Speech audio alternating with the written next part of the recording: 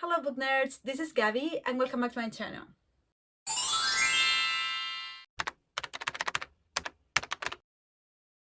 Okay, so we're already in May, so it's time to make my April wrap up. One that I'm really proud about. I went through a lot of books this month, way more than I thought I would.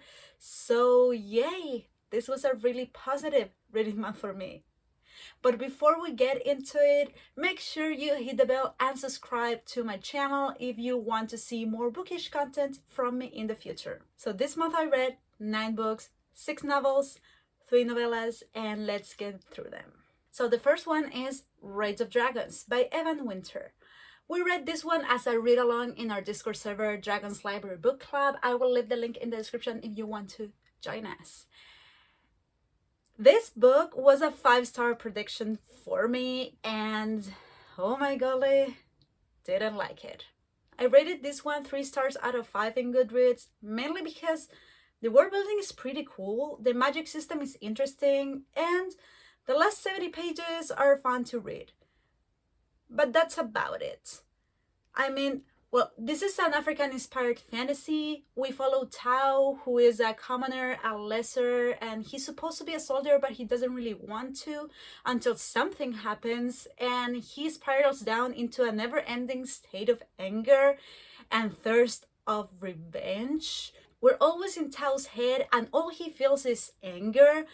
He doesn't have any more layers, and that wore me down so much. I'm a character reader, and the lack of character development here was awful. I actually made a review and sort of a rant in my channel, so I will put the link up there and description down below if you want to check it out. And we also made a live show with my booktube friends chatting a little bit about this book, so I will also put the link in the description. I also reread Harry Potter and the Goblet of Fire for like the 100th time in my life, and I had a blast. I didn't think it was possible for me to enjoy these books more than I did in my teenage years, but I surely did. This has always been my favorite Harry Potter book, and it stays that way for now. The plot is exciting, the world is expanding, the characters are growing. Oh my god, I loved it. I have a whole review discussing and gushing about this book, so I will leave the link up there and in the description for that review if you wanna watch it. This is my baby. I also read Santa María de las Flores Negras by Hernán Rivera Letelier. I bet you didn't understand a word I said, but there's no translation for this book in English. It would be sort of Saint Mary of Black Flowers, I guess. This book is a fictionalization of one of the darkest and most horrible events in my country's history. I come from Chile. It's about a group of workers in the mines in the north of my country that went on a strike for decent living conditions. They were treated like garbage. So they decided to go on a strike and walk from the desert to the main city that was in the coast to talk to the authorities and the owners of the company.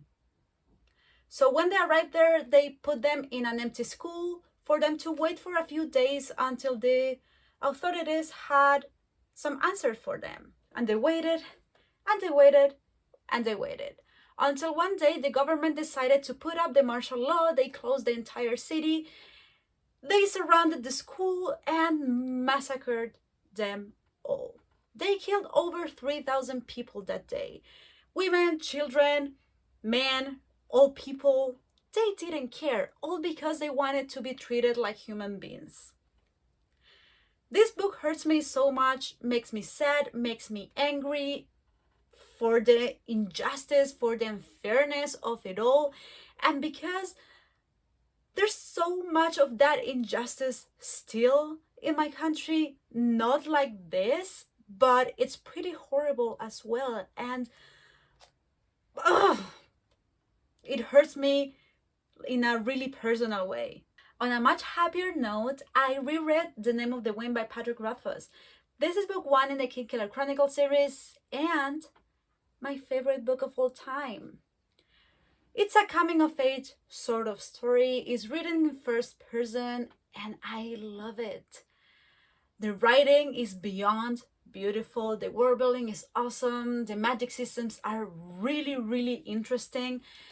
People have mixed opinions about Quoth, the main character, and I get it. I love Quoth, but I hate him sometimes as well. He's sort of a jerk sometimes. Anyway, I won't say anymore because I already talk a lot about it in my channel. I also have a dedicated review for this book, so I will put the link up there and in the description for you to check it out if you want. Moving on, I read The Blade Itself by Joe Abercrombie. This is book 1 in the First Law trilogy, and I read this one as a buddy read with David from David's Book Reviews, and we had a blast with it. We also made a collaboration video, so I will link it up there and in the description for you to watch it. I really enjoyed this book. It's really character driven and I am a character reader. I know! So I was really happy about it. I rated this book 4 stars out of 5 in Goodreads because it has flaws. The plot is almost non-existent and the world building is pretty vague, but the beautiful writing and the character work made it up for me. I loved the characters. I got attached to these characters a lot. I loved Logan. I loved Glotka. I think he's gonna become one of my favorite characters in fiction. He is a really interesting character and I love him, although he's a really bad guy. He is a torturer.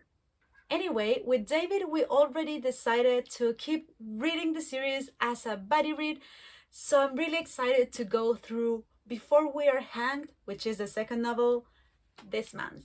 The first novella that I read this month was Bridge of Peace by Daniel Green. Daniel Green is a really well-known fantasy booktuber. I really love his content and I really enjoyed his debut novella. I think it's a really solid book. I rated it 4 stars out of 5 in Goodreads. The characters are really interesting. The plot is cool, is fun. The world building seems bigger. This novella is supposed to be the first of 3 he's going to write before he goes on in a larger series.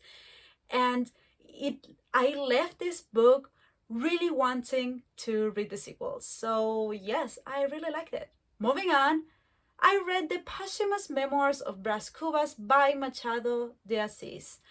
This is a Brazilian classic and I picked it up because I saw Murphy Napier praising it so much in her channel, and honestly, it's the weirdest book I've ever read. I rated it 4 stars in Goodreads because I think it's genius and because it was written in the 19th century and the writing style is so ahead of its time and it blowed my mind. But I also had mixed feelings about this book. I enjoyed it sometimes, but sometimes I felt it was really dry. But why is the strangest book I ever read? Because it's supposed to be an autobiography, but it's an autobiography of the character. I mean, Machado de Assis wrote a memoirs of a fictional character named Brasca, and it's written after his death. Yes, he's writing this book from the beyond, if you want to call it that, and he does it in a really particular way. It's like a journal and he constantly breaks the fourth wall. He talks directly to you, the reader, and he tells you sometimes anecdotes of his life and he goes on and on and on and then goes to another anecdote without finishing the idea, and then sometimes he talks about philosophical things, questioning life and death, and in the next chapter he just dismisses that last story. He tells you, you know what, the last chapter was nonsense, so really don't consider it part of the book. What? The last novellas that I read this month were Kashmir novellas. I went on their Canon Unbounded, wanted to reread Mistborn's Secret History because the first time I read it, it was when I just finished Mistborn Era 2 and I hadn't read anything else from the Cosmere, and there are a lot of Cosmere revelations there. So now that I've read almost every other Cosmere novel, I was really wanting to go through this one again. But first, I decided to read The 11th Metal, a really short story that serves as a prequel to the Mistborn trilogy. It follows Kelsier training as a Mistborn right after he escaped from the pits of Hatsin. And it's a lot of fun. But after I finished it, I felt nostalgic and decided to read the whole Mistborn trilogy again. So yeah. But the other Cosmere novella is The Emperor's Soul, and I loved it. I didn't expect to like it as much as I did.